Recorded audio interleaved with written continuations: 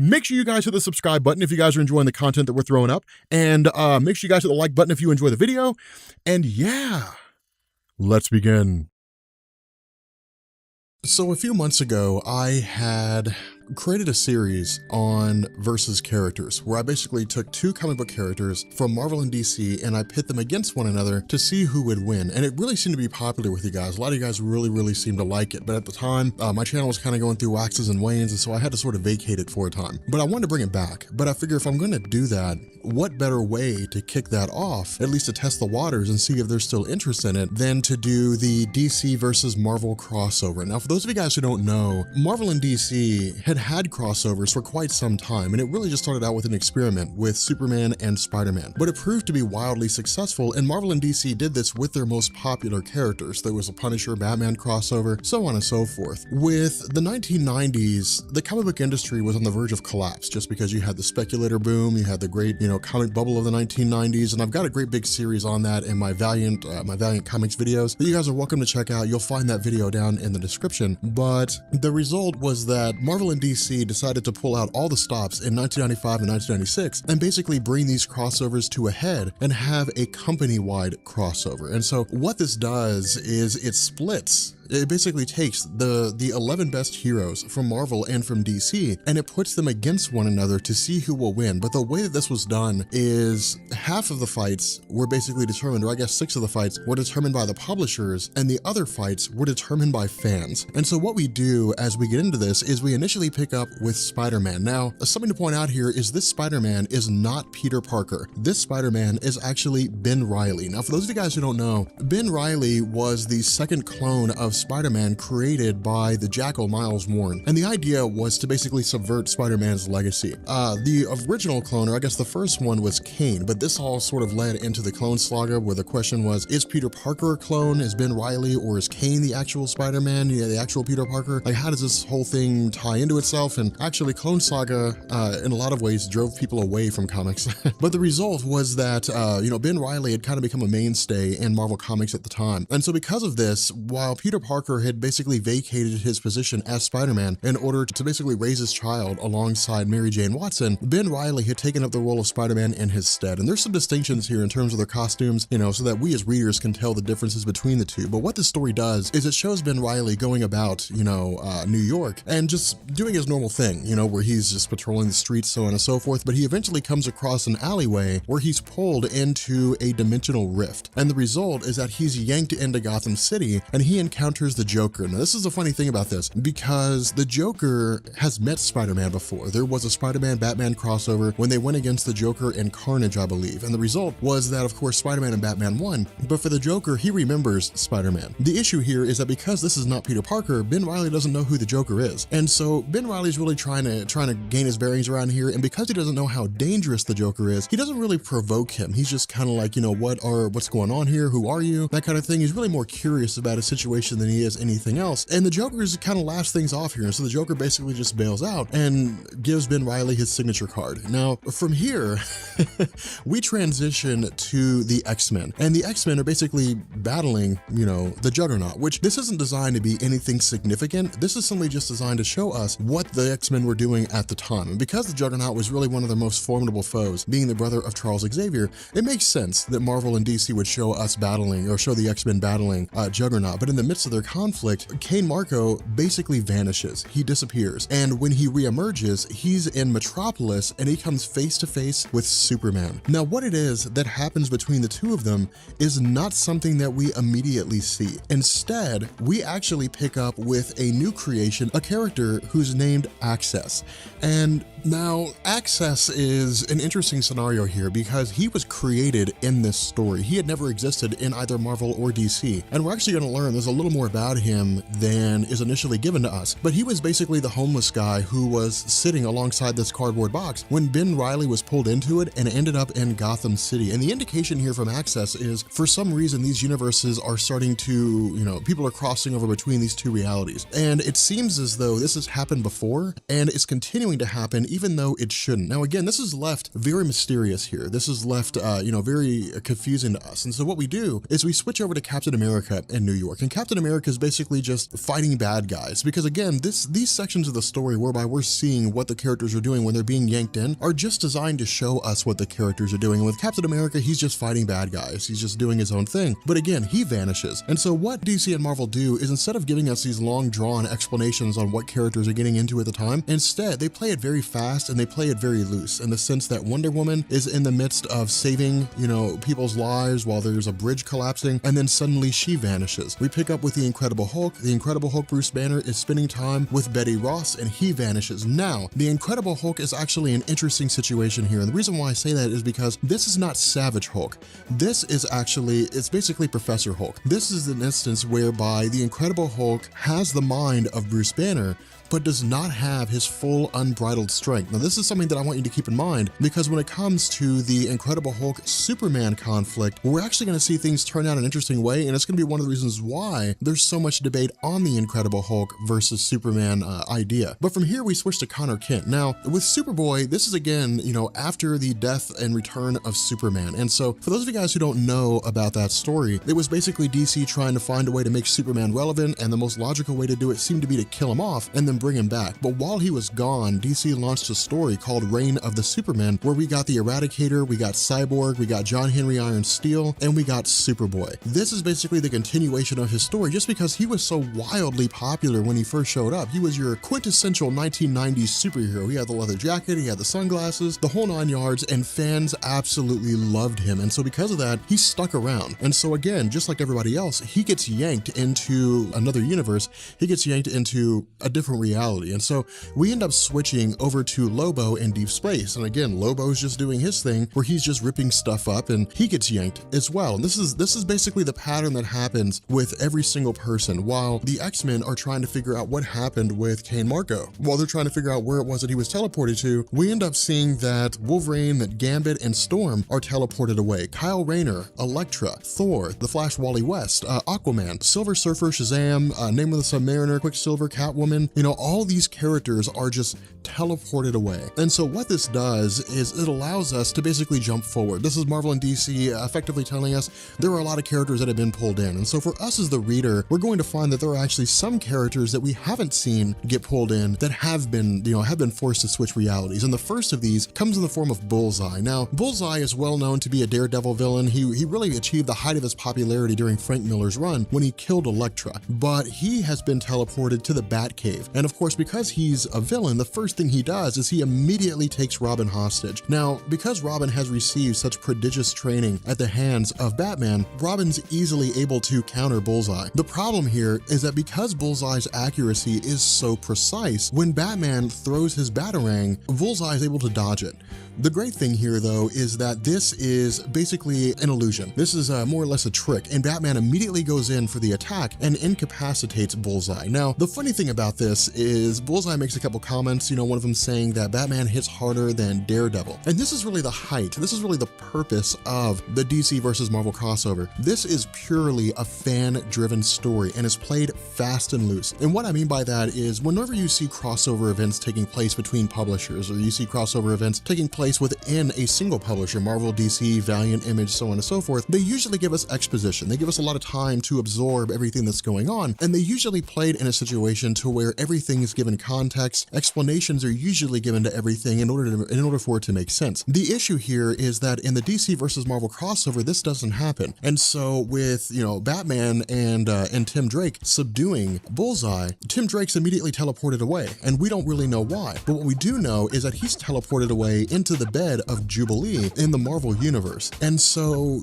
this is effectively how things work. Now, the second iteration of this comes in the form of the Daily Planet and J. Jonah Jameson. Now, as we know, J. Jonah Jameson he's the Daily Bugle guy in Marvel Comics. But when he appears in the Daily Planet, he basically just takes over the position of editor-in-chief. We're not told how he does this, and we're not told why. He simply just is. He's simply just the guy who's running the show now. And again, this is just an example of them playing everything fast and loose. This is just an example of them playing everything, without a whole lot of exposition here. And so at this point, it's basically just a scenario of Marvel characters versus DC characters. And the question is, what's going on here? We initially pick up with with the Absorbing Man going against John Henry Iron Steel. Now, this is actually a pretty formidable fight because, you know, Crusher Creel can basically turn his body into a material so long as he touches it. And so going against John Henry Irons, going against Steel, if he touches, you know, John Henry Irons' uniform, he'll make his body into that material. And so from here, we jump to Kyle Rayner. Kyle Rayner is going against the Green Goblin. Captain America is battling Bane. And of course, Daredevil is going against the Riddler. We also have Batman, who's dealing with Venom. We have Shazam, who's dealing with Doctor Doom. The Punisher dealing with Deathstroke, as well as Martian Manhunter and Firestorm going against Johnny Storm and Ben Grimm. And this is the pattern that just keeps repeating itself. And this is why this story was so huge, because it's a dream scenario.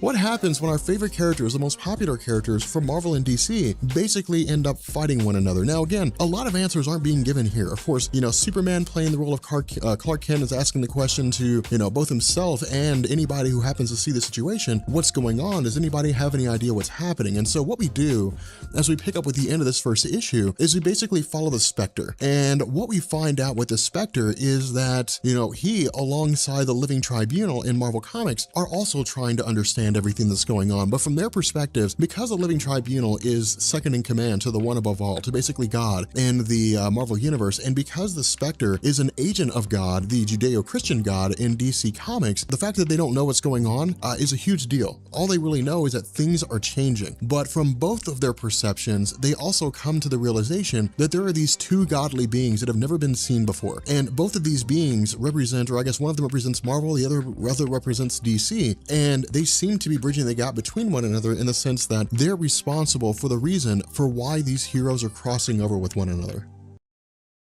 So as we continue into part 2 of DC versus Marvel, this is where we begin to transition away from our discussion on heroes and villains from the DC universe who have been transported to Marvel and those from Marvel who have been transported to DC, and we start getting into battles between the most prominent characters from both DC and Marvel. But the first thing we get here is a little bit of explanation. Now, I'm actually taking this out of continuity in the story because this is given to us later in the story, but I think that at the beginning is a really good place to put this. What we're told is that, unbeknownst to us as the reader, at the beginning of all things, there were basically two brothers. One brother represented the DC universe and one brother represented the Marvel universe. And the result was that while they were relatively aware of the other's existence, they simply chose to ignore each other. The problem is that because they were two halves of a whole, each one desired to be unique and to be whole in and of himself. The only way for them to do this, or seem to be able to do this, was to basically battle one another, and the loser would have their universe wiped out. And so that's exactly what they've done. They've basically created kind of a battleground using the characters of the Marvel and the DC universe, and they've chosen to pit them against one another, and whoever loses basically loses their reality. Now, one distinction to make here is that this is not a battle to the death. This is simply an instance of proving who's superior. So all that's really necessary is for one hero to knock out the other in order to gain the victory. So, you know, Thor doesn't have to kill Shazam. He just has to overpower and knock him out. And so you're going to see that in the story. You're not really going to see, you know, characters killing each other. You're going to see characters knocking each other out. Now, the reason behind this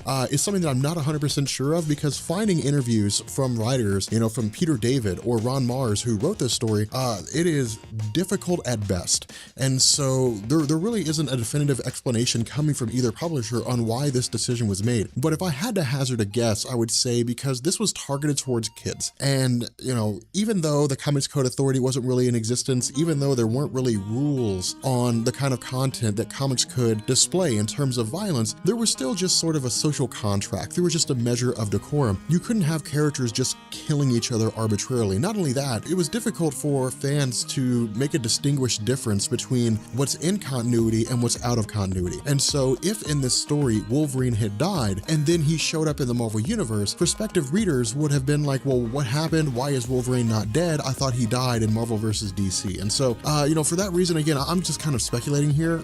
I'm just sort of spitballing with you guys. In truth, your answer is as good as mine. But after this exposition is given to us, we basically pick up with Wolverine and Killer Croc battling one another. Now, this is really just, again, another situation of these characters just fighting.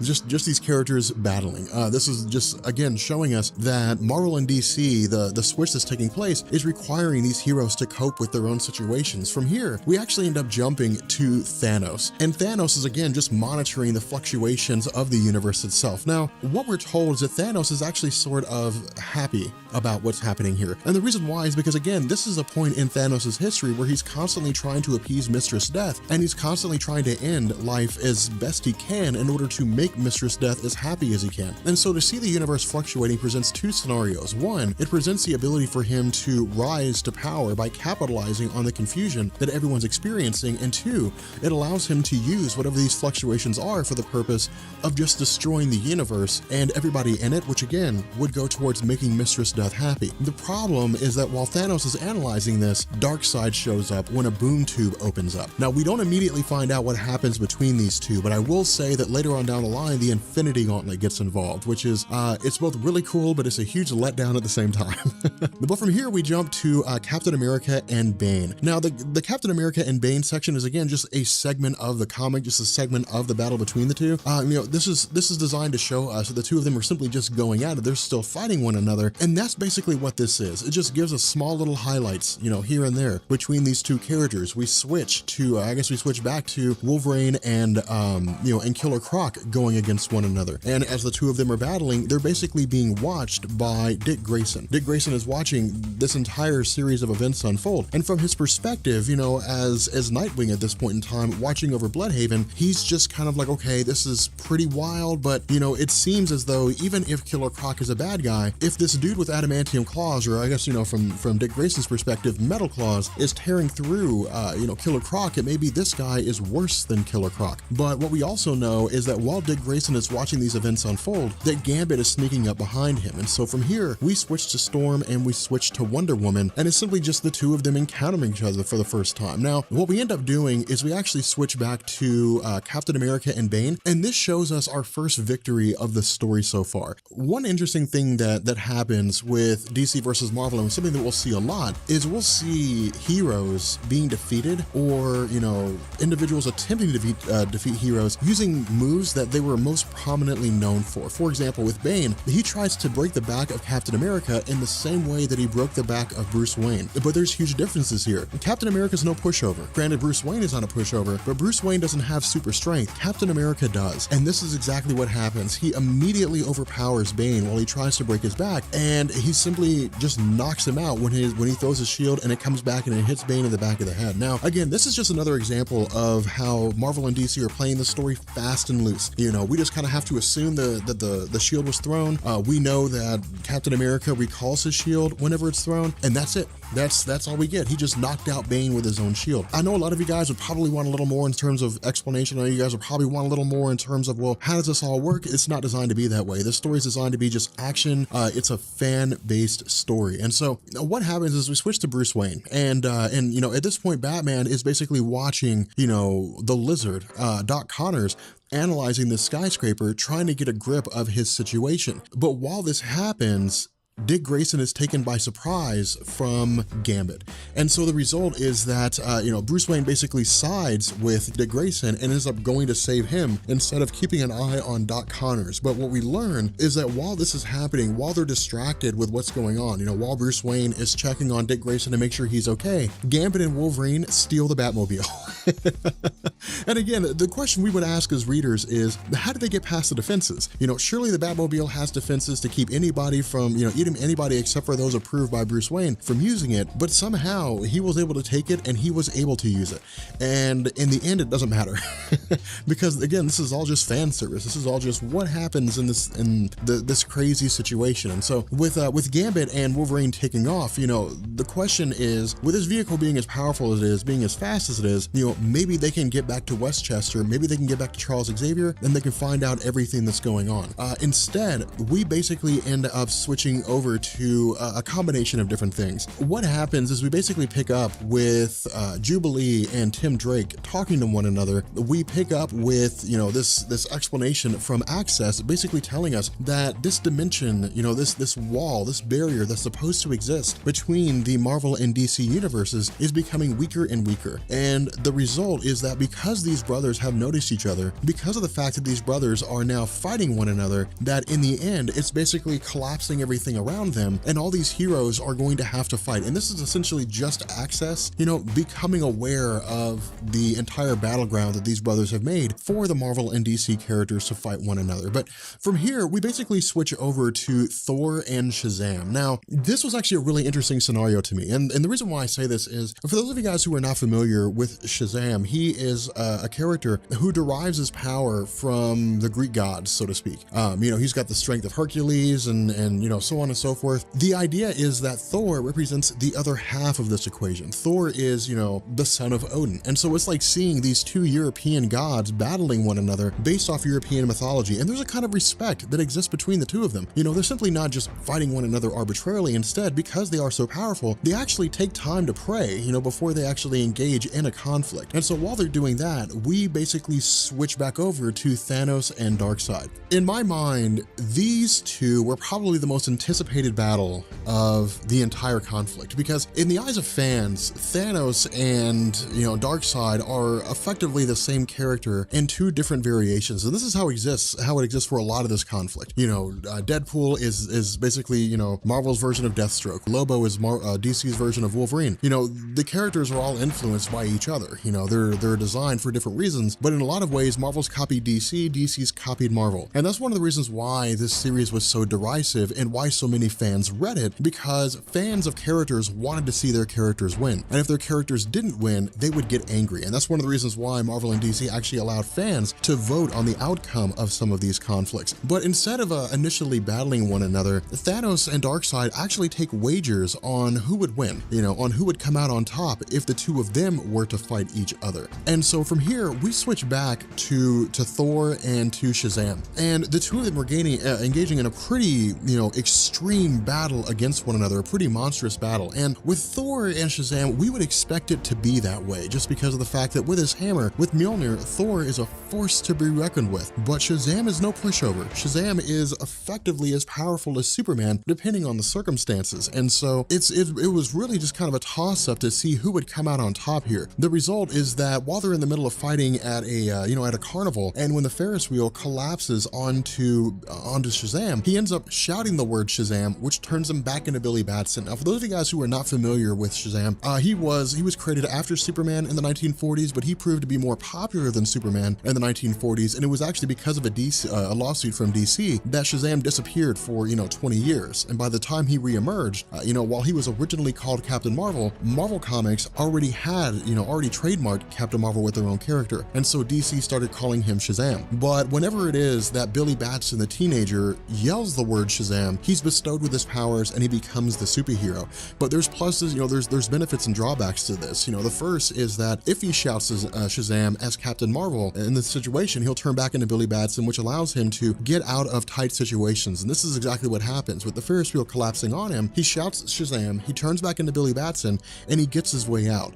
The issue to this is that if he were to shout Shazam again, he would turn back into Captain Marvel. But all somebody has to do is stop him from doing that. And so the result is Thor does this. Thor basically takes away Billy Batson's ability to say his name again, and he seems to effectively be knocked unconscious. The issue here is that his hammer, you know, Thor's hammer is knocked out of his hand. And when that happens, Wonder Woman happens along and sees the hammer. And when she goes to pick it up, it seems as though she's going to be successful in lifting the hammer of Thor. But before we find out, we switch to a conflict between Namor and Aquaman. Now, this is a trend that I hope you guys are noticing. Marvel and DC are basically giving us situations where characters who are almost identical in nature are fighting one another. Namor and Aquaman are basically it. You know, they are two halves of the same coin. You know, of course, Namor was actually around before Aquaman, but the fact remains that each have their own legacies and their own histories in their own right, but they both hail from the sea. They're both kings of their own dominions undersea, and, you know, they're both kings of Atlantis. And so the result is that while those two are initially going against one another, we end up switching over to the Flash, to Wally West, and to Quicksilver. Now, this is one of those instances where the question is asked,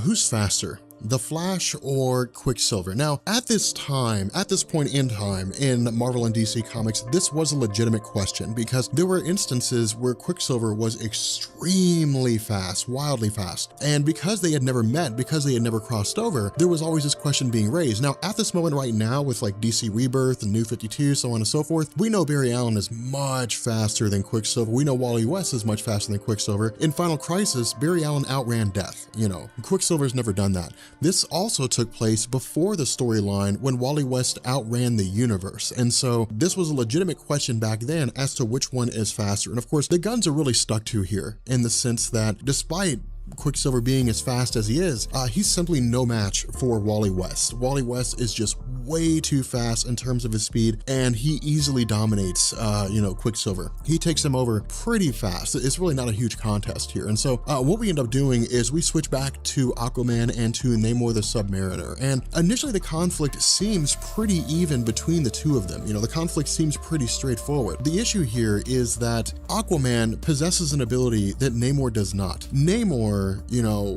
is King of Atlantis. He does have super strength. He is a human Atlantean hybrid, but Aquaman has the ability to communicate with sea life. Now, that's kind of where I'm going to leave it because I know it's a very touchy subject when Aquaman fans hear people say that, because Aquaman fans, will routinely say he doesn't talk to fish. Whether or not he talks to fish is irrelevant here. The fact is that he basically communicates, however it is that he does it, with an orca whale, and the orca lands on top of Namor the Submariner and seems to incapacitate him. And so from here, we basically switch over to the end of the comic. And what the end of the comic does is it reveals a few things. The first is that we are going to see Thanos and Darkseid fight one another. But the second and the most important thing is that Wonder Woman is successful in lifting the hammer of Thor. And this is a huge deal because she's actually the first character that we've ever seen outside of Marvel Comics to lift Thor's hammer, something that a lot of us didn't actually think that she'd be capable of. But in any event, again, like the last video, post a comment down below. Let me know what you guys think about this one so far. I'm kind of curious. And yeah, this series was really fun. The issue is, I'm kind of a stickler for explanations, and I'm a stickler for exposition. And this story is more action than anything else. And so it's it's kind of hard to explain a lot of the things that are going on behind the scenes. But so as we pick up with part 3 of DC versus Marvel, this is when we start to get into the idea that not everything is crazy battle high octane. Instead, we actually pick up with Jubilee and Tim Drake. Now, the funny thing about this is when Tim Drake was teleported to the room of Jubilee, they had begun talking with one another, and Jubilee had actually sort of fallen in love, even though it was a very, very short amount of time. Jubilee had always tried to find, Mr. Right, so to speak. Despite being a teenager, being a young girl, she was always a reflection of the teenage readers who were going through Marvel Comics at the time, which is one of the reasons why she was so popular. This was compounded with the fact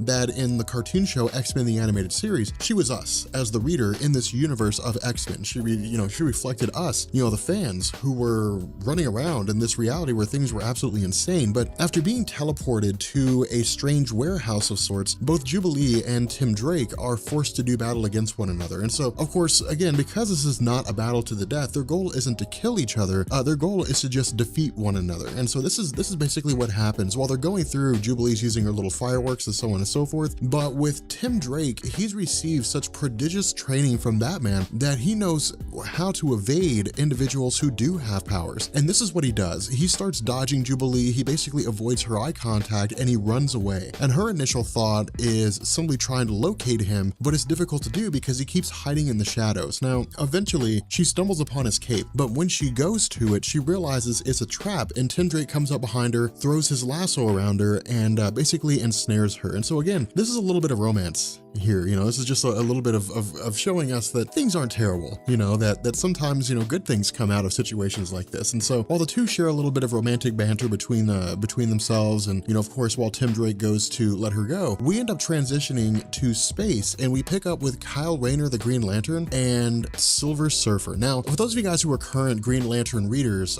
this may be something that you guys will really have been anticipating, because a battle between the Green Lantern and Silver Surfer is on par with the Incredible Hulk versus Superman, which is actually a conflict we'll see in this story, between Batman and Black Panther or Punisher or somebody like that. It just seems to make sense. It's just two similar characters. Green Lanterns deal with space, the Silver Surfer deals with space. It'd be interesting to see the battle between each other. Now, the one thing to also take note of here is that these two, Silver Surfer and Green Lantern, have met before. There was actually a story called Unholy Alliances that dealt with Hal Jordan, who was still operating under the mantle of Parallax as the main enemy, and both Kyle Rayner and Silver Surfer joining forces to defeat Hal Jordan. The issue here is what Silver Surfer says is that the powers of these brothers, who are basically kind of screwing with reality, are well beyond even those of Galactus. And so because the Silver Surfer, is a herald of Galactus, and because he's used to such incredible power, the fact that these brothers have power that goes well beyond Galactus means that they're not to be trifled with. And so Silver Surfer and Green Lantern are kind of in a situation, from Surfer's perspective anyway, that they cannot avoid this conflict. And so this is really where Kyle Rayner's popularity came into play. And for those of you guys who don't know, Hal Jordan's comics just weren't selling, in really the 60s, 70s, 80s, and early 90s. For decades, they were just not selling, and try as they might, DC could not make him popular. And so what they did is they chose to write him out with the story Emerald Twilight, and they replaced him with Kyle Rayner. Kyle Rayner was a lot more popular because he was an artist, and he would use his Green Lantern ring to make all kinds of crazy things like what you're seeing here, where he has a giant horse and he has armor and so on and so forth, whereas Hal Jordan would use his ring to make like giant hands and fists and different things like that. The result is that the two of them, Silver Surfer and Kyle Rayner, basically charge at one another in something that's a little bit anticlimactic, and it results in this massive explosion, and Silver Surfer is completely unfazed, or seems to be completely unfazed. And so this is basically Marvel and DC telling us that the Silver Surfer is more powerful than Kyle Rayner. Now, something that I also want to address here is Kyle Rayner, the White Lantern, as it exists right now. If Silver Surfer were to go against Kyle Rayner as the White Lantern, it would be no contest. Silver Surfer would probably be obliterated. But, again, this is just another example of sort of inspiring debate. So I'm curious, leave a comment down below in terms of who you think would win, the Silver Surfer or the White Lantern, Kyle Rayner. I have a feeling a lot of responses will be White Lantern, Kyle Rayner, but what we do here is we switch over to Selina Kyle and Elektra. Now, this is one of the interesting situations, with this story, because these are characters who are both villains, but they could not be any more opposite. And what I mean by that is, while, Selina Kyle is very formidable in terms of her fighting abilities, she's not an assassin, but Elektra is. Elektra is a prodigious assassin, probably the best assassin in the world, and the result is that she's ruthless. She has no real qualms with killing people. And this is the point that she makes to Selina Kyle. While the two of them are fighting one another, Elektra is, at least originally, it seems to be bound by Selina and her whips, but Elektra turns the tables, and she basically hangs Selina Kyle off the edge, with Selina Kyle hanging onto her whip, and then Elektra says, as an assassin, she has her own code of conduct. She has her own moral compass that she follows. She's only willing to kill those that she agrees to kill, but she's basically been forced into the situation, and she says that she will not kill Selina Kyle, but she still wants to win. And so the result is that she severs the rope. Selina Kyle collapses down, falls into this giant thing of sand, and she basically falls unconscious, meaning that Elektra is now the victor in this situation. And so because the Daily Planet, of course, is again under the control of J. Jonah Jameson, and it exists to sell itself, is basically keeping track of everything that's happened so far. And so what we know is that between the heroes and the villains from Marvel and DC who've been fighting one another, so far the battle is 3-3. It's deadlocked. It's completely even. And we pick up with Lois Lane and Ben Reilly operating as Peter Parker. And what happens here is actually kind of funny. Ben Reilly had previously rescued, Lois Lane from the clutches of the Scarecrow, and had kind of become smitten with her, had sort of developed an attraction towards her. And he actually hits on her. He actually asks her, if she wants to go get dinner sometime, and she says that she's engaged. And then of course, Superman immediately pops up. Clark Kent shows up and said that he's the one that she's engaged to. And Ben Reilly just kind of takes off. He's extremely embarrassed about the situation. He's extremely embarrassed about what it was that happened. But what we also do is we switch back to the character of Access. Now, I know we haven't had a lot of explanation on him, and there's a reason for that. The reason is I actually wanted to wait until this video to do that. What we're told is that, Access is yet another in a long line of gatekeepers is the best way to explain it. In this story, what Marvel and DC establish is that there is effectively kind of like a barrier, a dimensional wall between the Marvel and the DC universes, and the role of, this kid Axel, who's going by the name Access, and those that came before him, specifically the homeless man who's basically his mentor, has been to always be the gatekeeper, to always ensure that these universes never crossed over. And that's one of the reasons why characters cross over occasionally, because sometimes, it would happen without Access knowing that it happened, and then they would go back to their respective universes, and that breach would be sealed. The result is that Access is kind of like this shard of both realities merged into a singular being, which explains why he's capable of jumping back and forth between the Marvel and the DC universes, which is actually something that we'll see come into play later on. But in truth, he's really just a plot device. He's really just a way for Marvel and DC to kind of give themselves an out when it comes to the end of the story, something that we'll see they're in desperate need of, by the time it's all said and done. But we end up switching, out in space, and we pick up with Wolverine and we pick up with Lobo. Now, one thing I also want to point out here is that these characters are being teleported.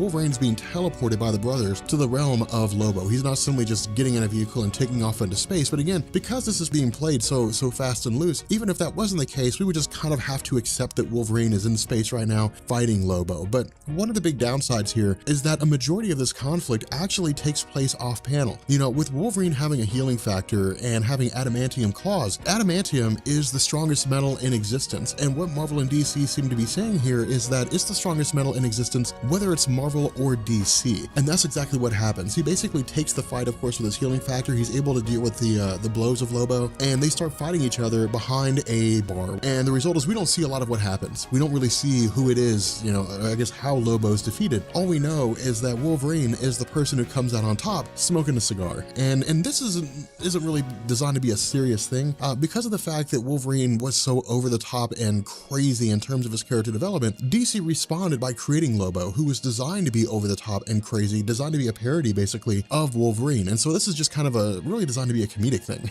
To be honest, it's designed to show just two ridiculously over the top characters fighting against one another. But at this point, we jump back to Wonder Woman. And again, in the last video, we had talked about how Wonder Woman had discovered the hammer of Thor, and she succeeded in picking it up. And when she did, it made her, Wonder Woman with all the powers of Thor. It changed her outfit, the whole 9 yards. But for her, because she's going to be fighting Storm, and because Wonder Woman is a woman of honor, having the hammer would destroy any chance that Storm has of being successful. And so Wonder Woman actually drops it. She abandons the power of Thor and just decides to fight, Storm one-on-one, mano a mano. The problem with this is that despite her vaunted strength, despite her, her ability to fly and so on and so forth, Storm controls the elements. And that's the one thing that Wonder Woman seems powerless against. And that's exactly what happens.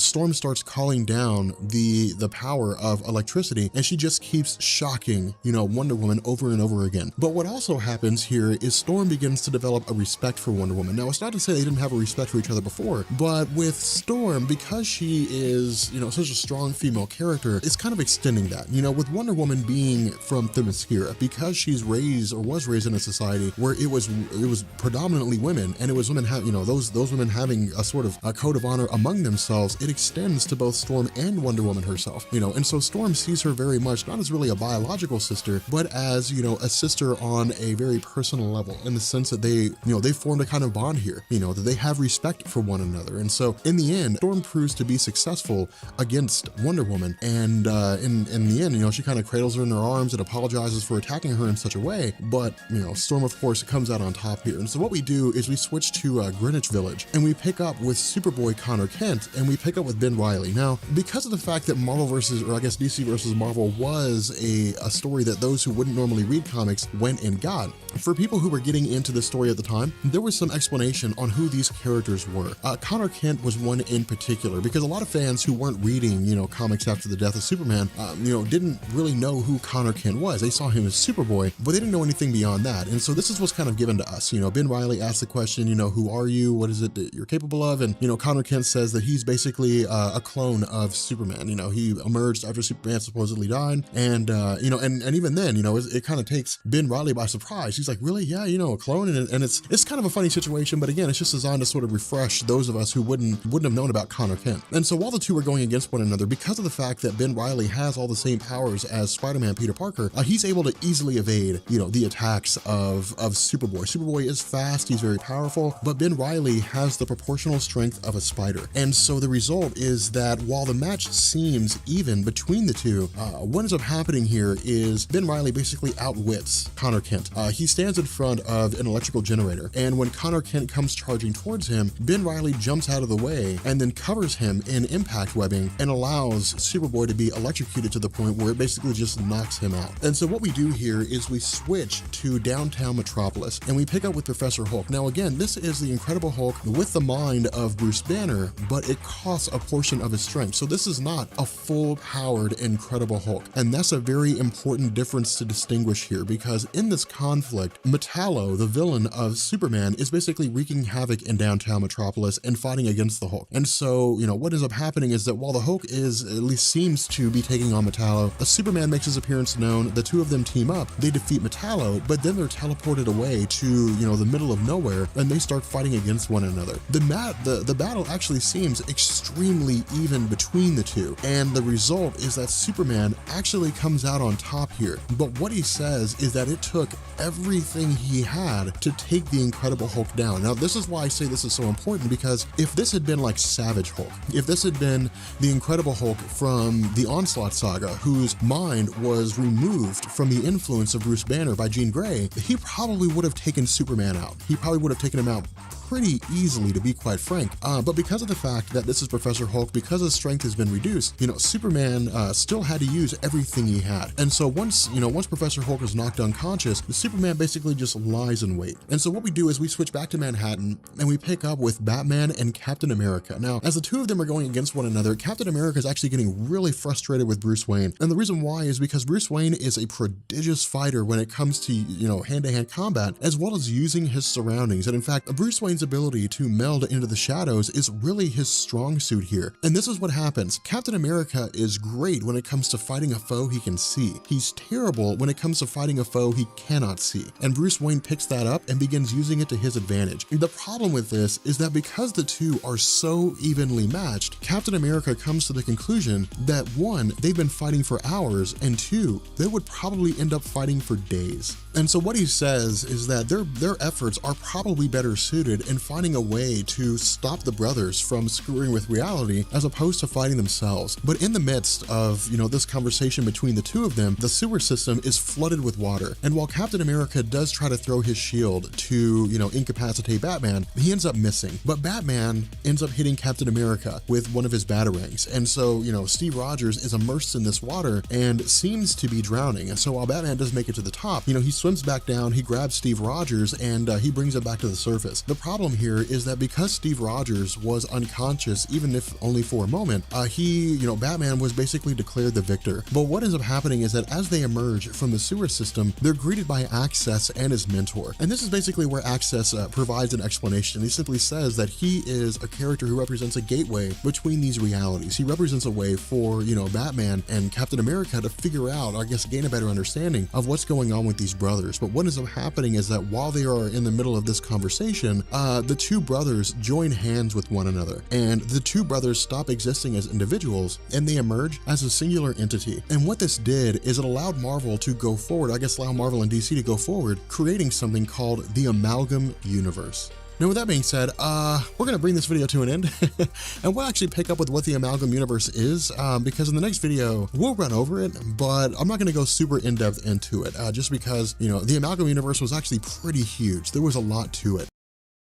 So as we pick up with part 4 of the DC versus Marvel event, we start out now with a quick explanation on the Amalgam Universe. So because DC versus Marvel was selling like gangbusters when it came out, both companies had the idea to basically create a self-contained universe. And that's what happened at the end of the last video, when the brothers merged with one another and they created the Amalgam Universe. What Marvel and DC did is they went back and they started creating origins, and they treated these characters as if they had existed existed all along. And so, for example, Darkclaw is, Logan Wayne. It's a combination of Batman and Wolverine. And they provided an origin for his character. They did this with every single Amalgam member. The issue here was that it was, it was weird to say the least. And so almost immediately after this Amalgam universe forms, it gives us the opportunity to sort of go back and to catch up on, these different variations of characters and so on. But the Spectre and the Living Tribunal, both of the, second in command to their respective god, so to speak, in the Marvel and the DC universe, end up merging with one another, and or not really merging, but they end up working with one another, and they commune with Access, and Access uses his shard, or uses his powers, to more or less cleave the Amalgam universe in half and set everything back to normal. And so this, or not really back to normal, but set all the characters back to the way they were before. And so instead of having, Spider-Boy, instead of having Ben Reilly and Superboy Connor Kent merged into a singular being, instead of having, Doctor Strange and Dr. Fate merged into a singular being, we instead get them back to their normal selves. And this is really where the story begins to go off the rails. And what I mean by that is, if it wasn't crazy before, it gets crazy now. And it's just one of those instances where Marvel and DC kind of wrote themselves into a hole. With Batman and Captain America and Access working alongside one another in an attempt to bring these brothers down, we're just kind of given like a mishmash of nonsensical things. We have, Superman, and we have the Incredible Hulk, who go against the Maloids and Mole Man. They're basically working together. It's essentially the superheroes trying to deal with their own respective villains and set everything back to rights. But it's also the Living Tribunal, and it's also the Spectre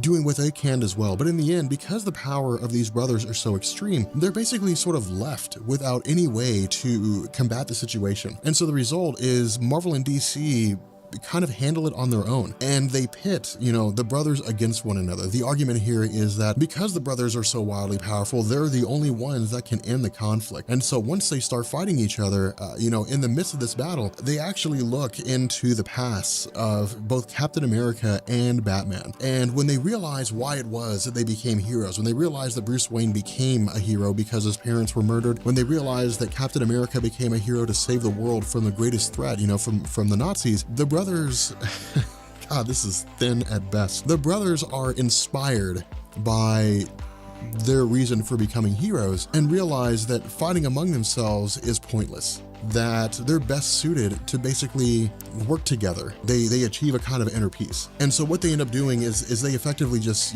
they shake hands. They congratulate each other on their own achievements, basically saying, yes, the Marvel brother has done some great things and the DC brother has done some great things. They basically call it a day, and everybody goes back to their own respective realities. And in the end, Access just kind of goes back into the unknown. The ending to this is a perfect example of anticlimactic. It is not very good.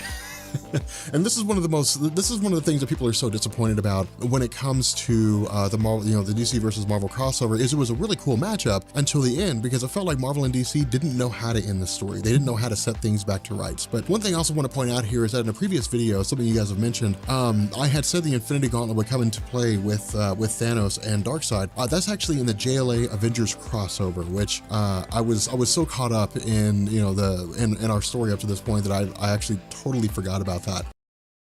So as we continue with our discussions on Marvel versus DC, or at least dipping our toe into the waters of this, what I want to do here is I want to cover the JLA Avengers crossover event. And this is the story where Superman lifts the hammer of Thor and has Captain America's shield, and it looks amazing. But the backstory, or the basis behind the events that lead to the Avengers and the Justice League meeting one another, are basically explained over the course of the series in terms of prologues. And so just for the sake of simple continuity, I'm going to provide the basis behind this entire event up front, and then allow us to just go through the events after that. Now, something I also want to point out here is that this story treats the Marvel versus DC crossovers as if they never existed. Basically, this is a standalone story where the Marvel versus DC crossovers of Superman and Spider-Man, Batman, the Incredible Hulk, so on and so forth, where all those led up to the Marvel versus DC event that we'd previously covered. This is completely standalone, and so you don't need to know anything about the previous Marvel versus DC events. It's good because you don't need to know anything, but it's also bad because if you're a stickler for continuity, this is going to absolutely throw you for a loop. But getting getting into the basis behind all this, we initially pick up with a planet called Polemarchus, I think it is, but this planet is not wildly important. What we know is this planet seems to be a combination of technological advancement, but at the same time, it houses a very simple society in terms of their government, in terms of their ruling class, but almost immediately after we're exposed to this society, a set of prying eyes appear in the atmosphere and the planet is completely and totally annihilated. Now, the reason why this happens, or at least what we're told in terms of the reason why this happens, is because Krona has been traveling the multiverse in search of finding the origin of all things. Now, for those of you guys who don't know, Krona has a long-running history in DC Comics, explicitly with the Green Lantern Corps, really with the Green Lantern mythos in and of itself. Within DC Comics, Krona was considered to have been the person that led to the creation of the Antimatter universe, to the Anti-Monitor itself, at least. That was before Jeff Johns' Darkseid War. Jeff Johns' Darkseid War changed all that. It really just retconned, all those things. But the fact remains here that, according to the old continuity before Darkseid War, Krona wanted to witness the beginning of all creation, and he did. He used the machine to go back in time and see the beginning of all things. The result was that it basically created evil, it created the Antimatter universe, and it created the Anti-Monitor. And so because of Krona's actions, there was now evil in the universe, which led to the Guardians of the Universe turning around and creating the Manhunters and eventually the Green Lantern Corps. Now, what this story does is it basically makes the case that after his banishment, Krona had taken to, beyond the multiverse in and of itself, into the Omniverse, and began looking at everything. And eventually, it led him into the Marvel Universe. Now, upon his arrival in the Marvel Universe, he was met with the Grandmaster. Now, for those of you guys who don't know, who are new to Marvel Comics, because you haven't really seen much of the Grandmaster in All New, All Different Marvel, Grandmaster is a character who, of course, we'll be seeing in Guardians of the Galaxy 2, but he's a guy, one of the elders of the universe. That is to say, he's one of the oldest people in the universe, and his claim to fame is games. What he really likes to do is play games out of whatever he can. Games that test the mind, games that test the physical body. If he can turn a situation into a game that can be played, then he will do that. And so when Krona basically appears, in this universe and Grandmaster recognizes him, or at least is drawn to his attention, Krona immediately says that his goal here is to learn the secrets of all creation. And while Grandmaster initially refuses to offer him the way to find the creation of all things, instead he says, we'll make a game out of it. And so what happens is the two of them go about effectively, or at least the Grandmaster goes about effectively, turning this entire situation on providing Krona with the answers to the creation of all things into a game that involves both the Justice League and the Avengers. Now, what this does is allow us to actually pick up with this event. And what we learn is that initially picking up with the Justice League, that their existence, their universe is much like we would expect it to be. And this is really just Kurt Busiek showing us how things exist in this reality. In the DC universe, the Justice League are fighting giant monsters, fighting some giant machine. But what's interesting about this is that this is not something that they're used to. They don't recognize it as a kind of villain they would normally fight. And the reason why is because they're warned by the Spectre, Hal Jordan, that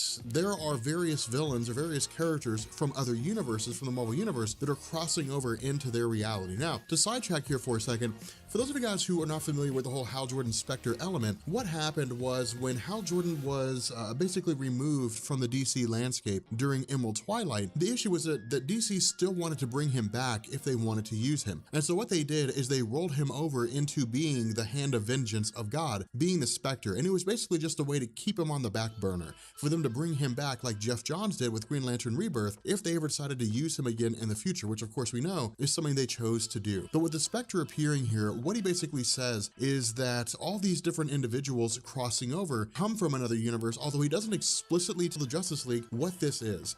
In addition to this, we switch over to the Marvel Universe in New York City and we pick up with the Avengers facing off against a villain named Starro.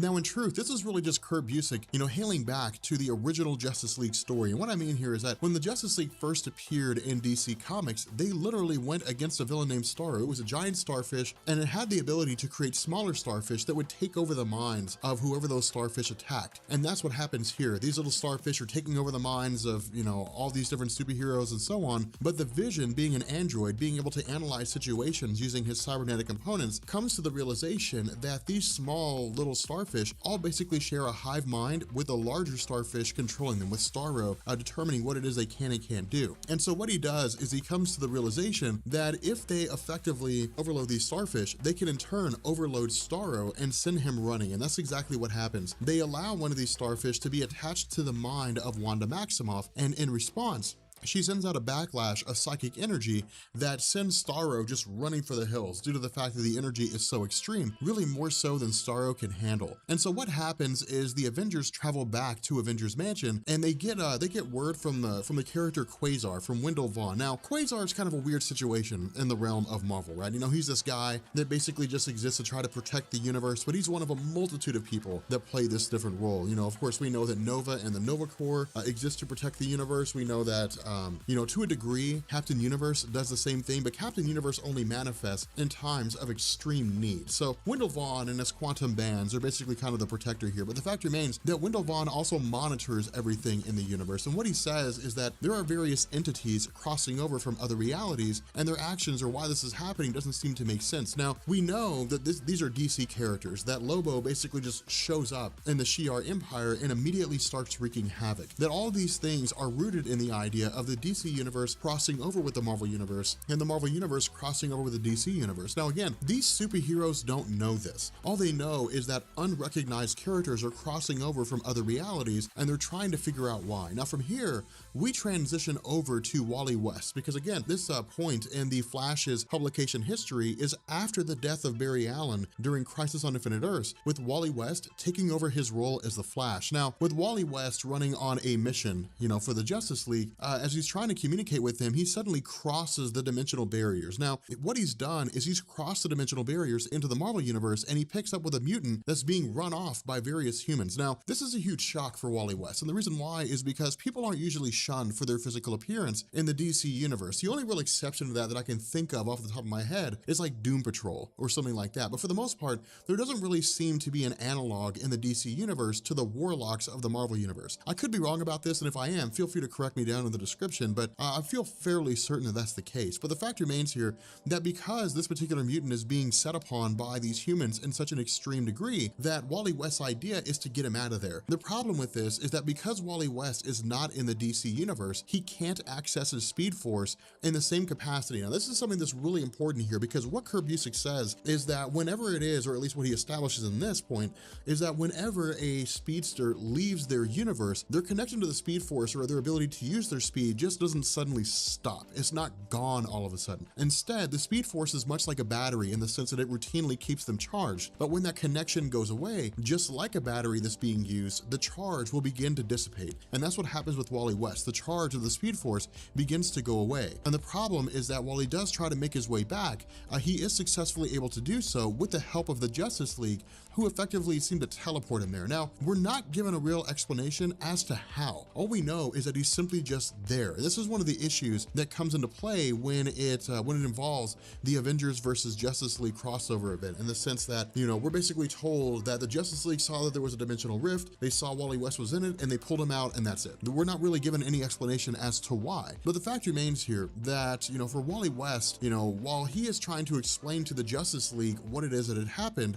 suddenly the Watcher appears. Now, we could go into a huge explanation about the Watcher. The good thing about this is that we don't have to. Instead, Kurt Busiek immediately introduces the Grandmaster to the Justice League, and the Grandmaster explains who the Watcher is. And what he tells them is that the Watcher just watches things. The Watcher's immensely powerful, that he could probably wipe out the Justice League if he chose to, but the fact remains that the Watcher doesn't act. The Watcher just chronicles events that take place, and that's it. That's really all he does. Not only that, because the Grandmaster is able to make his way into the JLA Watchtower, the Justice League is almost immediately skeptical of his appearance. They don't know who he is, they don't know why he's here, and while John Jones can't seem to read his mind, Kyle Rayner, the Green Lantern, is able to use his lantern ring to create a box that the Grandmaster can't get out of. And so while they initially begin to question him, the Grandmaster's kind of hesitant here. He likes to play games, he sort of messes around with him, and so Wonder Woman uses her lasso of truth. And this is another cool concept. This is another really cool idea, because because what Kurt Busiek says is that the lasso of truth does not seem to be bound by dimensional barriers. The lasso of truth works regardless of who's ensnared inside of it, whether they're from the native reality that Wonder Woman happens to be in or a different reality. It's all the same thing. But what Grandmaster says is that the barriers between the Marvel and DC universe have effectively become weakened. And because of that, there are 12 items, 6 items from Marvel and 6 from DC that have crossed over into the other reality. And so 6 items from the Marvel universe have crossed over into the DC universe, and 6 items from the DC universe have crossed over into the Marvel universe. And so what Grandmaster says is that these items that belong to the Justice League, the Bell, the Wheel, and the Jar, Medusa's Mask, the Spear of Destiny, the Green Lantern Power Battery, and so on, are currently in the Marvel universe, and the Justice League has to go and retrieve them. Now, the reason why Kurt Busiek did this is because the most powerful artifacts are these 6 artifacts. Now, in DC Comics, the Bell, the Wheel, and the Jar belong to these 3 brothers of sorts who ruled the universe for something like 3 billion years, and they were wildly powerful, but they were eventually banished out. However, whoever it is that is able to attain the Bell, the Wheel, and the Jar can summon these 3 brothers back and use them to do their bidding. At the same time, the Green Lantern Power Battery allows the wielder of a Green Lantern Ring to harness those energies for a multitude of different effects. Now, while this does not mean that a person can just pick up a Green Lantern Ring and use this, what it does mean is that within the DC universe, the Green Lantern Power Battery is one of the most powerful artifacts in existence. Now, something to keep in mind is this is long before the arrival of, the Red Lantern Corps and the Sinestro Corps and all those different corps. At this point in DC's continuity, you have Sinestro with a yellow lantern ring, and then you just have the Green Lanterns. There's nothing else going on here. And so what happens is Grandmaster says in order to solidify, in order to fix this problem, you have to travel to the Marvel universe, you have to attain those items, and you have to bring them back. The issue with this is that Wally West recognizes that his Speed Force doesn't work in the Marvel universe. And so because of this, he elects to stay behind. In response, the Atom, Ray Palmer, takes his place and travels with the Justice League. Now, what Wally West does is he moves at such a rapid pace that he allows the Justice League to basically vibrate through these dimensional barriers, and they land in the Marvel universe. Now, while this happens, they basically land on the moon, and the Avengers pick up what it is that's going on. And so what the Avengers do is they travel to the moon to investigate the source of this energy signature they don't recognize. But while they're traveling there, the Justice League is being brought to Earth under the protection of Kyle Rayner. Not only that, because of the fact that Martian Manhunter has telepathy, because of the fact that they don't really know much about the planet that they're dealing with, they ultimately have Martian Manhunter use his telepathy to bind them all mentally so they can basically read each other's thoughts and know everything that's going on. Now, when they initially arrive in the Marvel Universe, they end up in an island off the sea of Akatosk, I think it is. Akatsk, I'm not really sure how to pronounce that, which is it's a real location. But the fact remains here that when they arrive, they're met by all manner of beasts and monsters and different things like that. And for the Justice League, this isn't a real problem. The Justice League are easily able to take these monsters out. But the reason why they've arrived in this location is because within this area lies the Ultimate Nullifier. Now, the Ultimate Nullifier is something that the Justice League is not aware of, but John Jones begins to analyze it and comes to the realization that the Ultimate Nullifier allows its wielder to wipe out anything in existence up to and including the entirety of the universe. And so for them, this is an insanely powerful artifact, and its power is actually overwhelming. However, almost immediately after they lay their hands on it, Hawkeye of the Avengers shoots an arrow and takes the Ultimate Nullifier away. However, Wonder Woman's able to move fast enough to capture the arrow, after which the Justice League initially move in on the Avengers, but then the Avengers suddenly teleport away. And so what happens is that while the Avengers are trying to figure out what's going on, while they basically take off with the Ultimate Nullifier, they're suddenly met by the arrival of Metron. Now, in the DC universe, for those of you guys who don't know, Metron is akin to the Watcher, but instead of, all the knowledge that he witnesses, or all the events that he witnesses being stored in his eyes like they are with the Watcher in the Marvel universe, instead, it's all stored in his chair. But Metron has basically seen the collapse and rebirth of universes, and he's seen all these events take place. And so he's essentially the keeper of all knowledge in the DC universe, and he appears to the Avengers and says the exact same thing, or doesn't really say the exact same thing, but he basically makes the case to the Avengers regarding what the Justice League are, what they're about. And what he says is, much like the Grandmaster, that 6 of their most powerful artifacts have been transported to the DC universe: the Infinity Stones, the Casket of Ancient Winters, that these are artifacts that they have to retrieve in order to preserve preserve their universe. Now, the difference is that instead of telling the Avengers that the dimensional barriers have been weakened and that retrieving these artifacts will restore the dimensional barriers, instead, Metron offers a different story from what Grandmaster said and tells the Avengers that if they do not retrieve these artifacts, that their universe will be destroyed. Now, the reason why this matters is because Ray Palmer, as the Atom, had basically hitched a ride on Metron's chair and had overheard the entirety of the situation that Metron seems to be telling a different story from the Grandmaster.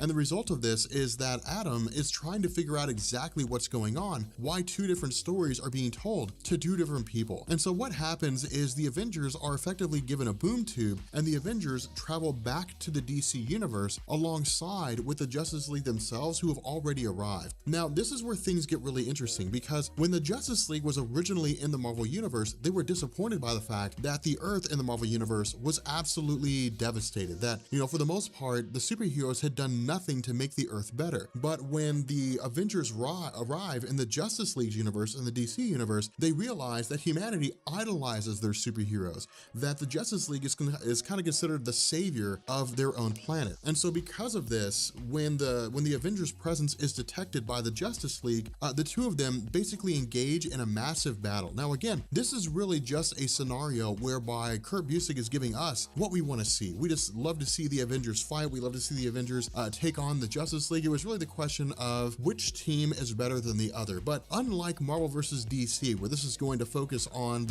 just the two teams fighting one another, instead, this is going to cover the entirety of the Marvel and the DC universes and almost every single hero and villain they've ever faced. Now, picking up with Captain America and Batman, this is where things begin to shift. And the reason why is it's long been argued who would win, Batman versus Captain America. Some people say that Captain America would always win whether or not Batman had prep time. Some people will say that Batman would always win, regardless of whether or not he had prep time. And others say that it would be a draw. Kurt Busiek takes the stance of it being a draw. He has basically Captain America and Batman make the case that if the two of them continue to fight, it would be a draw, and there would be no end to it because they're so equally matched in terms of their capabilities. Not only that, Batman comes to the realization that the two of them simply just seems to be pawns in this game, in addition to the Justice League themselves and the Avengers. And so the idea is for the two of them to work together and try to figure things out on their own. Now, the reason why Captain America and Batman do this separately is because a two-man team investigating the basis behind this entire series of events will draw less attention than the entirety of the Avengers and the Justice League working together. And so what happens is that over the course of this conflict, so to speak, we learn that whenever it is that these artifacts are located and attained, that they're whisked away. And what happens is it's more or less a scenario where the Grandmaster and Krona are keeping score. If the Avengers locate one of their artifacts, then the score is 1 for the Avengers, 0 for the Justice League. But if a member of the Justice League and a member of the Avengers both locate one of their artifacts, it's 1-1, if that makes any sense. And so the idea is that whoever it is that discovers all of their artifacts first effectively wins. And so that would basically lend the situation to either Krona or Grandmaster, which we'll see that come to fruition at the end of the story. But the fact remains that for the conflict in and of itself, we basically have the Avengers and the Justice League just fighting it out with each other as best they can. We have Wonder Woman taking on Hercules, you have Superman taking on Carol Danvers. You have all these superheroes basically fighting one another from each of their realities. And in truth, this is really just a comic book fan's best scenario, is the best way I can put it. Not only that, it's actually Aquaman that discovers the Cask of Ancient Winters. Now, for those of you guys who don't know, the Cask of Ancient Winters is an artifact that belongs to the Frost Giants. For those of you guys who are coming from the Marvel Cinematic Universe, that giant blue box that was glowing and that seemed to be completely frozen in the Thor movies, that's the Cask of Ancient Winters. And what happens is if somebody opens it, it basically spills out the infinite cold of Jotunheim that could spread across, realities in themselves and essentially freeze everything over. But the fact remains here that each time one of these artifacts is discovered, the artifacts are whisked away by Krona or by Grandmaster, and each of their side is awarded a point. And so ultimately we transition again back to Captain America and Batman as the two of them begin to go through all this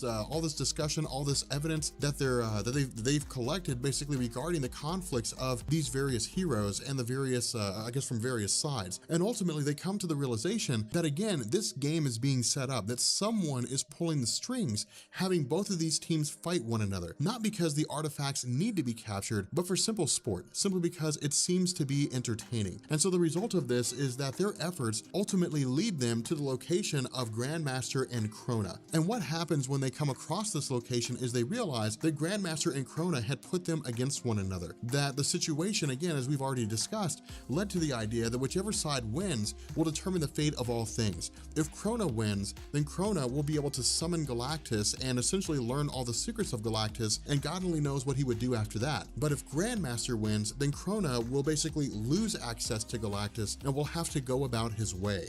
In addition to this, and this is something that's actually been a big source of contention, is the Infinity Gauntlet. That's really the big question that a lot of people have, that I imagine a lot of you guys have. What happens with the Infinity Gauntlet? Now, this is not the first time that we've received an answer to this question, but this is the first time it's officially been addressed. There have been other times where it's been alluded to. There have been other times where different people have made the case about it, but JLA and Avengers is the first time it was solidified in stone by Marvel regarding the Infinity Gauntlet. What happens here is that on the planet of Apocalypse, which of course, you know, as we know resides, or I guess is under the control of Darkseid, the Infinity Gauntlet falls into his grasp. And our first thought is, oh my God, Darkseid has the Infinity Gauntlet, he's going to wreak havoc on everything. The problem with this is that the Infinity Gauntlet only works in the reality that it hails from, meaning that the Infinity Gauntlet of Earth 616 only works in the Earth 616 reality. The Infinity Gauntlet of Earth, you know, RobCore only works in the RobCore reality. And so because of the fact that the Infinity Gauntlet has been sent to the DC universe, means it's basically powerless, that it can't be used for anything. Now, this is also kind of a weird situation because we would expect something that can manipulate reality to work in any reality, but it basically offers a caveat to an otherwise trump card within the Marvel Comics. But what we end up doing is we end up following the Justice League and the Avengers to the final artifact. And the final artifact is the Cosmic Cube, which resides inside the Savage Land. And what this does is this leads to one massive battle between those superheroes who still exist here, but we also see some really, really cool moments. For example, Thor versus Superman. Now, the reason why this is so cool is because the idea has always been assumed that if a person cannot wield the hammer of Thor, then they cannot withstand the hammer of Thor. Now, there's only been one instance that I know of where this has been rebuked, and that was when Thor threw his hammer at Juggernaut and nothing happened. With Superman, this seems to be the exact same way. Thor uses his hammer and tries to attack Superman with it, and Superman holds the hammer back. Now, this also raises a really interesting question regarding its hammer and its relation to Thor. For example, if Thor were holding his hammer, could you lift Thor off the ground? Like, it's just weird questions like that exist that kind of beg the question of, is it possible? You know, would you effectively be lifting the hammer by virtue of lifting Thor, and would the worthiness clause come into play? So while your brains are hopefully exploding based on that question, we ultimately see that Superman actually topples Thor. And so again, we have the rest of the Avengers and the Justice League continuing their fight against one another. Now, as this battle continues to commence, the Cosmic Cube ultimately falls in the hands of Quicksilver, who races to grab it before anybody else can, even before Wally West himself. And so what happens is both Krona and Grandmaster appear here, and Grandmaster makes the case that the artifact has fallen in the hands of Quicksilver, thereby creating a stalemate, meaning that each side has effectively captured its own artifact. But in the midst of all this, Captain America throws his shield, knocks the Cosmic Cube out of the hand of Quicksilver, which lands in the hands of Batman, meaning that Grandmaster has won this conflict. But because of this, Krona is not satisfied with the outcome, and instead, he attacks the Avengers. And so when he ultimately summons Galactus, he basically says, you know, I want to know the secrets of all things. I want to know the secrets of all creation. Now, Galactus initially says no, but because of the power that he possesses, Krona seems to be able to overpower Galactus. Now, while all the forces of the Avengers and the Justice League seem to concentrate their efforts on defeating Krona, we ultimately learn that the entire game was a ruse by Grandmaster for the purpose of allowing him to converge all the artifacts into himself, and in turn, essentially, or at least it seems, to recreate reality. And so what happens is everything reemerges, everything seems to convene back into itself, into a singular universe, and what Kurt Busiek does is he presents us with a scenario where the Avengers and the Justice League have been friends for years. It's almost like an amalgamation of these two universes combined. For example, Dr. Doom had tried to access the source, and because of this, he had become merged with the source wall. We're not told what events led up to this, we're simply told that this is the case. And the result is that the Justice League and the Avengers celebrate with one another over their victory.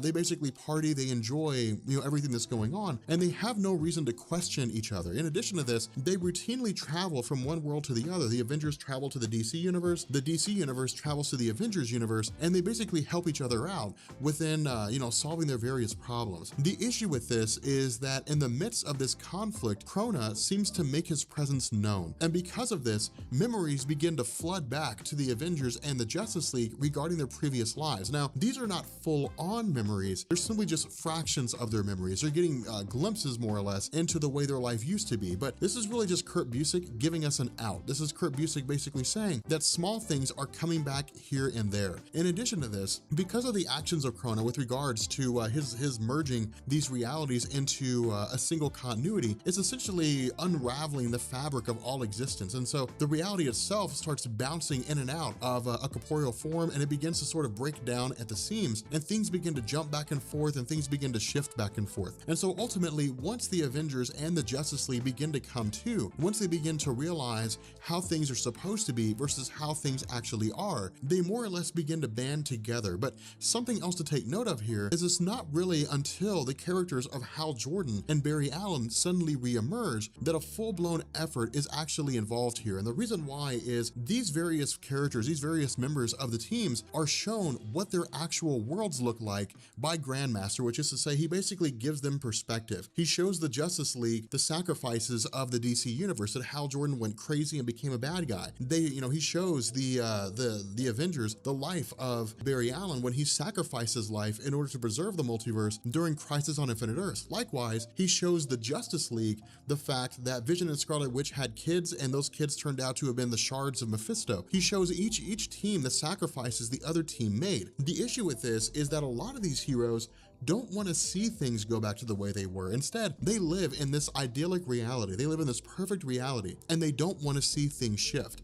But by virtue of Hal Jordan, who has, again, without any real explanation, returned to his previous form before Emerald Twilight when he went insane, because he speaks to the team and he basically says, hey guys, look, our worlds weren't perfect, but they were our worlds, and we should keep them as our worlds. The teams ultimately join forces under the idea of going forward and attacking Krona in an effort to set things back to rights. Now, from here, Kurt Busiek actually wraps things up pretty fast. He makes quick work of the story in the sense that I would imagine at this point, it seemed as though he was basically writing himself into a hole. And what I mean here is that situations like this could go on forever, in the sense that the Avengers and the Justice League could basically team up, or they could fight. These scenarios could unfold for God only knows how long. But because of the fact that Barry Allen's here, because of the fact that Hal Jordan's here, because things simply aren't right, the idea is to basically fix all this and give us an end to this story. And so what happens is that under the direction of Captain America, they ultimately lead their forces to the remains of Galactus, which Krona has formed into his own stronghold. In addition to this, Krona has basically taken all these different forms of energy and combined them into a single source that he can then turn around and use and converge all things into a single Big Bang, basically condense it down into a singularity, witness the destruction of the multiverse, the rebirth of a new universe, and see how everything came into existence in the first place. And so what happens is that while all these heroes attempt to defeat Krona, this sort of convergence of all their villains begins to take place, in the sense that every single villain that's ever existed in the publication history of the Avengers and the Justice League begins to emerge and begins to fight against these heroes. And so basically it's more or less Krona creating a situation where it's a stalemate, where as long as the heroes are distracted by the villains that they've faced, then ultimately it'll give them a chance, or it'll give him a chance to continue the process of converging all these different universes down into a singularity, leading to the destruction of all things and the rebirth of a new universe. And so what happens is, because Superman is really the core power of the superhero element, right? You know, because he's so capable, because he's so strong and powerful, he's able to hold his own against the various villains that he's going against. The problem with this is that characters like Molecule Man are still extremely powerful, because remember, this is after the first Secret Wars event. And so Molecule Man has the ability to warp reality. Not only that, Superman is sort of the symbol of superheroes. And so while he is able to lead his forces against, you know, all these different villains, in the end, it just doesn't quite seem to be enough. And so what happens, and this is actually a really, really cool moment, what happens is that while Thor is momentarily defeated, or seems to be defeated, while all hope seems to be lost in the sense that the superheroes are being wildly overpowered, Thor throws his hammer to Superman, and Superman catches it while simultaneously wielding the shield of Captain America, which is beastly.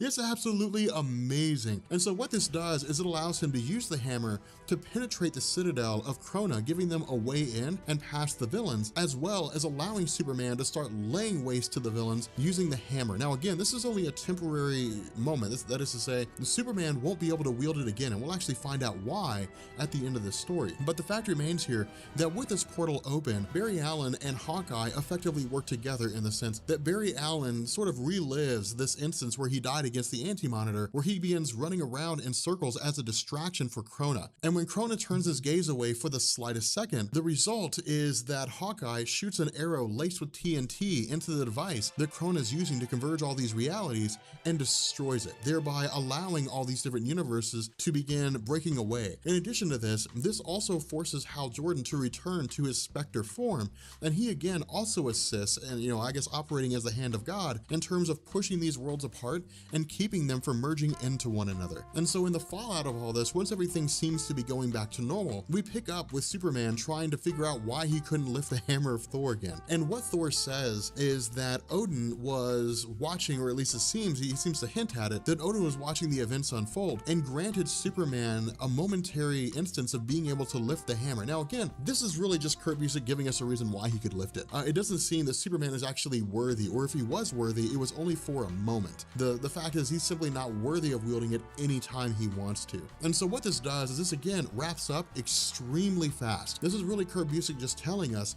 that the tale more or less comes to an end, that these superheroes recognize the value of each other, but we also have an instance whereby they came together, fought off an incredible foe, and then the events are just kind of left open with Metron and Grandmaster more or less making the case that if it should all happen again, that the teams will come together again and they'll fight off whatever foe they happen to go against, just like they did this time around. With that being said, guys, we're gonna bring this video to an end, and yeah, it was kind of interesting. You know, this is a really interesting situation, simply because of the fact that Krona was kind of absorbed down into this cosmic egg, and he would give birth to a new universe, allowing him to witness, you know, all of creation. But it was really just sort of Kurt Busiek trying to wrap up a story where he seemed to write himself into a hole. But it wasn't bad. I mean, it wasn't the worst thing ever. It was actually kind of fun to just see the Avengers and the Justice League fight one another. But if you guys are interested in seeing more Marvel vs. DC content, make sure you guys drop a like, make sure you guys leave me a comment. And also, if you guys are new here to Comics Explained, feel free to hit the sub button and become part of the Rob Corps. And yeah, I will catch you all later. Peace.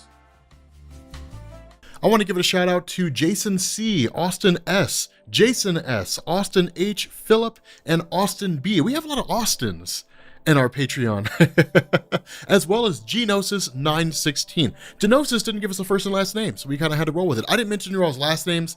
I figured you guys didn't want me to throw them out there, but I want to say thank you to you all. By the way, your Rob Corps rings should be on their way. For our Honor Guard members of the Rob Corps, for these special patrons, your custom Rob Corps rings should be on their way. They're being shipped to me. After that, I will have them shipped to you. Stay tuned, keep your eye on Patreon and your messages, and you will hear about them coming to you. Thank you.